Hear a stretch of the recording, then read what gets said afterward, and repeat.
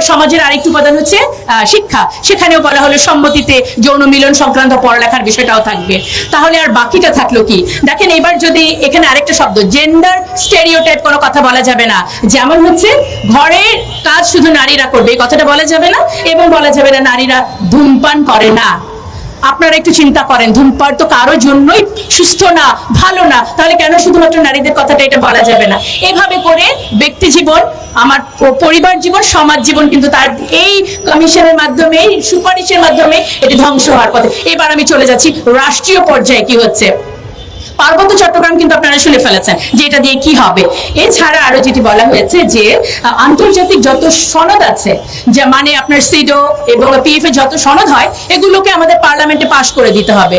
আমরা যদি স্বাধীন দেশ হই, কোনোভাবেই আন্তর্জাতিক কোনো সনদ মানতে আমরা বাধ্য নই। সেখানে প্রত্যেকটা দেশ তার রিজার্ভেশন রাখতেই পারে। সেই আন্তর্জাতিক সংস্থার